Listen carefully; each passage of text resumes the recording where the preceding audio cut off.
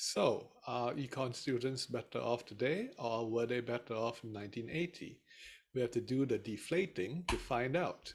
So, if we deflate the 1980 salary into today's dollars, remember the way we do that is we multiply by the CPI of the year we're going to, and we divide by the CPI of the year we're coming from. And if we deflate the 1980 salary to today's dollars, we will get 48,000. So we find that the econ students' starting salary this year is slightly higher than it was in 1980. We can also deflate in the other direction and find out what 50,000 today is worth in 1980 dollars. In which case we take 50,000 and then we multiply by the CPI of the year we're going to, 90, and we divide by the CPI of the year we're coming from, 180, and we find that 50,000 today is worth 25,000 in 1980 dollars. So comes to the same conclusion. Now, the CPI index we've been using for deflating to compare numbers from different times, nominal quantities from different times. Another use for the CPI is to adjust nominal quantities, adjust payments over time so that they remain the same in real terms. We call this indexing.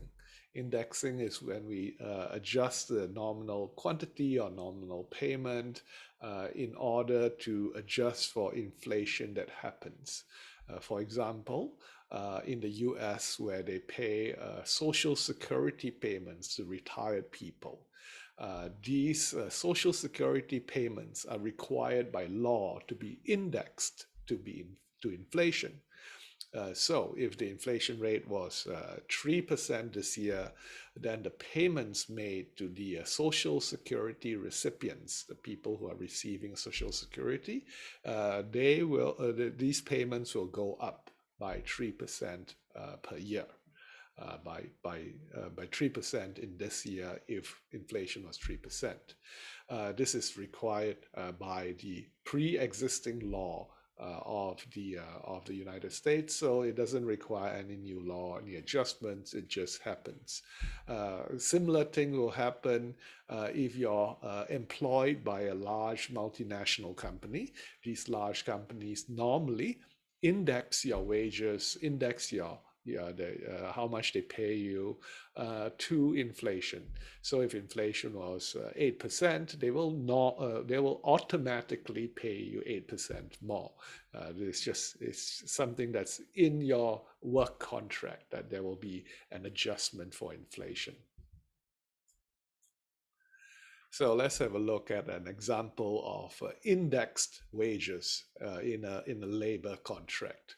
So suppose that you've taken on a job that's paying you $12 per hour, but the employer guarantees that your wages will be indexed for inflation and you will also receive a 2% raise in real terms. So not only will your salary be increased by inflation, it will also be bumped up an additional 2%. So you'll be getting a real increase in your salary. So what does this mean? So let's have a look at what your wages would look like. So if there was no inflation, your wages would be bumped up by 2% per year. So your wage would go from $12,000 to $12 an hour to $12.24 to $12.48 every year. It goes up by 2%. But there is inflation, and we see that the price index goes from 100 to 105 to 110. So about 5% inflation a year. So the nominal wage, the amount that they will pay you, will not only reflect the 2% increase, it will also reflect the inflation. So we'll take the real wage and we'll multiply it by the price index to give us our nominal wage that you'll actually be paid because you're getting bumped for inflation as well. So this is called index wages. And like I mentioned, a lot of multinational companies index their payments to inflation. Now, if the CPI calculation is too large, or if the CPI is not accurate and CPI rises too fast, then these wages will rise more than is necessary. And we'll see a little bit later that this is in fact the case, that CPI actually overestimates inflation. So this number is actually too large, and so the inflation will be rising less than this number. This number is rising faster than inflation, and so you're getting, in a sense, you're getting overpaid. Okay, so the economists have found that CPI tends to overstate inflation. And up to about 1997, 98 or so, the way we calculate CPI actually meant that CPI, the number was too large. It was higher than inflation by 1 to 2 percentage points. This means that the payments that the government was making for Social Security and to its government servants were rising faster than necessary, rising too much. And also a lot of payments made by companies to their workers was rising too fast. The wages were going up faster than inflation. So this was a problem, because you want to adjust accurately. If you don't adjust accurately, it can lead to problems in the long term. I mean, imagine that you're paying your bureaucrats, your government workers. You're not trying to give them a raise. You're just giving them an inflation increment. You're paying them 1 or 2% more every year. Then over the course of their work life, over the course of their career, let's say about 40 years, this can add up to, like, maybe their payment will go up by double what it should be over the course of their career. And the government didn't intend to do this. It just happened accidentally because CPI overstates inflation. Also, if you want to look at things like wage growth and you correct by the CPI, or you want to look at the growth of household income over time, but you correct by CPI. If the CPI is overstating inflation, then your estimate of growth becomes understated, because you're dividing by a number that is becoming more and more too large. For example, if the nominal growth number was increasing by 5% per year, and then you want to know what is the real growth in people's incomes, and so you divide by the CPI. But the CPI is showing that prices are going up by 3%, and so you get that, oh, real growth in incomes was only 2%. But actually, CPI is overstating inflation. Maybe inflation was not 3%, it was just 1%, in which case real growth should have been 4%, right?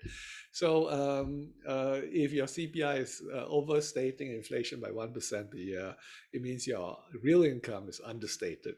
Right? Real income growth is understated by 1% per year. It's actually growing faster than you calculate. So since 1996, 97 or so, we've changed the CPI calculations, the way it's calculated, so that it becomes more complicated, but it also becomes more accurate. So the method that is used to calculate CPI today is more complicated than what I described earlier. What I described earlier is the basic outline, but there are also some adjustments made after that to make CPI more accurate, so that it no longer overstates by as much. But it still overstates. It just doesn't overstate by as much. Okay, now why does the CPI, using the method that I described earlier, why does it overstate inflation? Basically, it overstates inflation because we fix the basket of consumer goods, goods and services in the base year, and we keep the same basket over several years. And when we have a fixed basket and changing prices, it leads to overstatement in the increase of the prices for a few reasons. Let's go through these reasons. First, and perhaps most importantly, is what we call the substitution bias. The substitution bias happens because prices rise by different amounts for different goods, and consumers will tend to substitute their consumption into those goods where the prices haven't increased by as much. Okay, let's have a look at an example and then it'll become clearer. Okay, so all right, let's consider a person who's going out for afternoon tea and he consumes either a cup of coffee or a cup of tea. He's kind of like indifferent between the two. So half the time he consumes coffee, half the time he consumes tea, and then he has a scone. It's like a little bun. And in the year 2000, he had 50 cups of coffee, 50 cups of tea, and 100 scones. That adds up to his spending of $200. Now, in the year 2005, uh, coffee and scones have become more expensive, but tea remains the same price. Now, remember, CPI keeps the same basket of goods, so it keeps the spending on these items the same. You buy the same quantity. So you look at what is the cost of 50 cups of coffee, 50 cups of tea, and 100 scones. And we find that the cost of the basket has gone up by 50% from $200 to $300. And so the CPI index is 1.5 or 150 in 2005 compared with 100 in the year 2000, gone up 50%. However, this is ignoring the fact that now tea is cheaper. So you assume that the person who's indifferent between coffee and tea is going to try and avoid the coffee and he's going to drink more tea, right? Now, so suppose that the consumer avoids coffee altogether. He just says, you know, I like coffee and tea the same. Coffee now costs twice as much, so I'm just going to have tea. So he sticks with tea and he buys 100 cups of tea. Scones have still gone up the price, so that still has an effect, but tea has remained the same price. So that's no increase in spending there on his beverage.